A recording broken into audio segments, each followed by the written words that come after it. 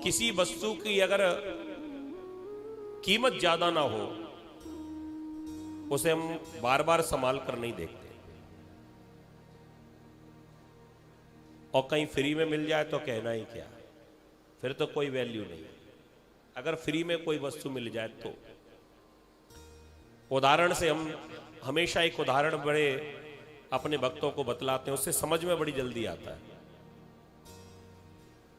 जैसे आप लोग चाय पीते होंगे,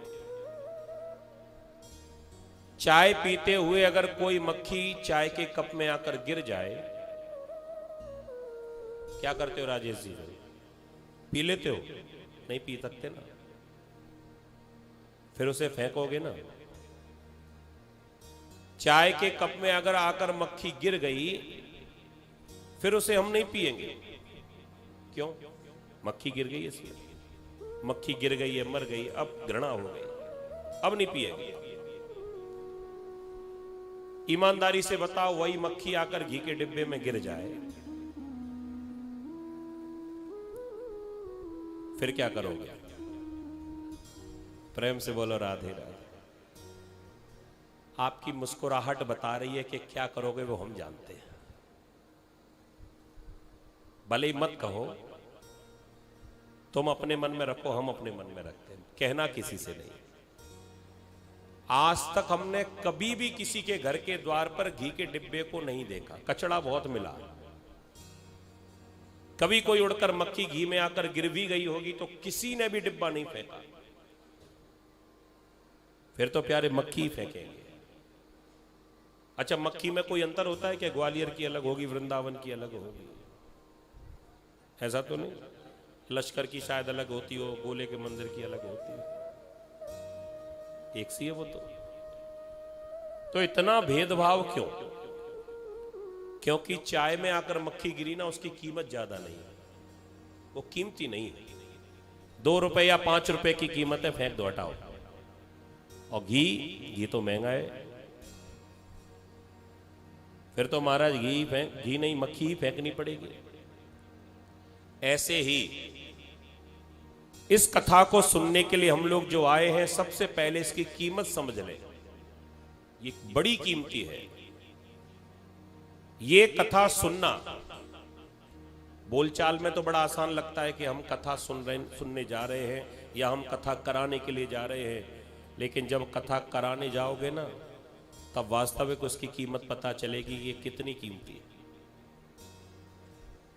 और जिसके भाग्य में नहीं होता ना, चाहे कितना भी धनवान क्यों ना हो। एक बिल्कुल सत्य घटना आपको बतावे। दिल्ली में एक बार कथा हो रही थी, बहुत विशाल। किन्हीं सेठ जी ने कथा कराई, बड़े भव्य रूप में, बड़ा धनाढ्य थे, बहुत संपत्ति उनके पास, बड़े अभिमानी थे। इन्होंने एक विचार किया कि बड़ी जोर की कथा कराऊंगा, सब लोगों को पता चलेगा मैं कथा करा रहा।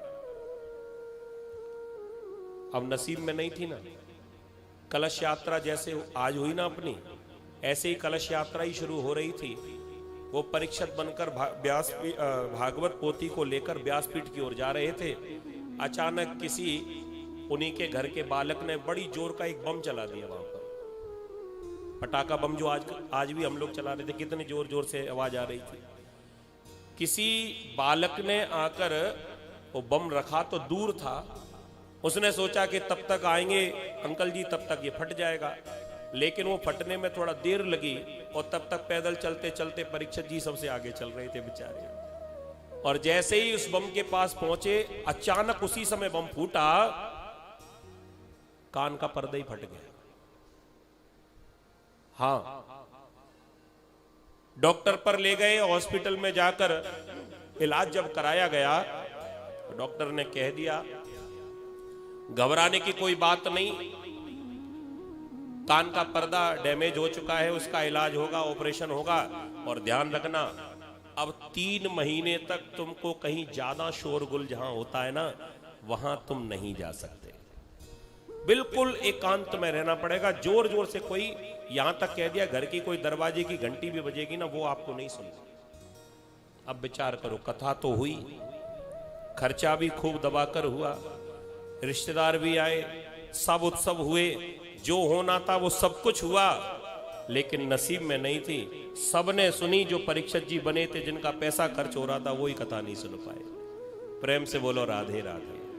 तो हम बार बार इस शब्द को जो दोहरा रहे हैं कि बड़े भाग्यशाली हैं हम लोग, जो हमको ये कथा इतने सरल रूप में और सहजता में सुनने को मिल रही है। क्योंकि ये भागवत की कथा को सुनने के लिए स्वर्ग के देवता भी तरस रहे हैं। वो स्वर्ग के देवता इस कथा को नहीं सुन सकते, वो भी तड़पते रहते हैं। और हम लोग बड़े भाग्यशाली हैं, क्योंकि हम लोग मनुष्य हैं ना। गोस्वामी तुलसीदास जी महाराज ने अपनी रामचरितमानस में कभी देवताओं के लिए नहीं लिखा कि तुम बड़े भाग्यशाली हो कि तुम स्वर्ग में रहते हो। देवता के लिए नहीं लिखा। अगर लिखा है तो इंसानों के लिए लिखा है कि बड़े भाग्य मानुष तन पावा, सुर दुर्लभ सद ग्रंथ निगावा। हम लोग बड़े भाग्यशाली हैं जो हम लोग मानव बने। पहले तो भाग्य की बात यही है।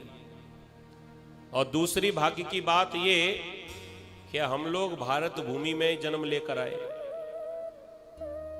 कहीं और पड़े रहते अमेरिका में तो ये कथा कैसे मिलती, भले ही मानव होते। तो ऐसे पावन भूमि में हम लोगों को जन्म मिला, बड़े भाग्यशाली हम लोग। और तीसरी भाग्य की बात ये कि हम लोग भारत में तो हुए, पैदा भारत में हुए, लेकिन ऐसी जगह पर जहां पर खतरा बहुत कम है। मध्य प्रदेश, सही है ना। कहीं और रहते किनारे पर तो नेपाल के द्वारा वो सीमा इधर नहीं आ जाती। प्रेम से बोलो राधे राधे। जितनी वो सीमाएं होती हैं, हम उस सीमा की बात कर रहे थे। हैदर तो निकल गया मुंह से। जो बॉर्डर,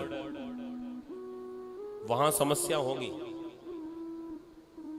इसी भारतवर्ष में और भी स्थान है किनारे पर। वो नागालैंड में आप चले जाओ, क्या है, मणिपुर में देखो कितनी समस्या हो रही है। मिजोरम में जाकर देखो कितनी समस्याएं हैं। लेकिन परमात्मा ने हमारे ऊपर बड़ी कृपा की है ना, कि हम लोग जन्म भी लिए तो ऐसे स्थान पर जहां पर समस्या है ही नहीं, नाम की भी नहीं। और सबसे बड़े भाग्य की बात, इंसान भी हुए, मध्य प्रदेश में भी जन्म हुआ। और सबसे बड़े भाग्य की बात यह है कि हम लोग सनातनी हैं, सनातन धर्म को मानने वाले हैं। इससे बड़ी संसार में कोई भाग्य की बात हो ही नहीं सकती। अगर हम इस धर्म को मानने वाले नहीं होते तो देख लो दूसरे धर्म वालों की क्या स्थिति हो रही है। आपस में ही नहीं बन रही है, दूसरों से तो बनेगी क्या। हम लोग सनातन धर्म को मानने वाले हो। संसार में इससे बड़ा धर्म कोई हो नहीं सकता, जो सारे संसार के कल्याण की बात हमेशा करने वाला हो। हमारे यहां जयकारा जब लगता है ना, तो धर्म की जय हो, अधर्म का नाश हो और विश्व में शांति हो, पूरे विश्व के कल्याण की भावना।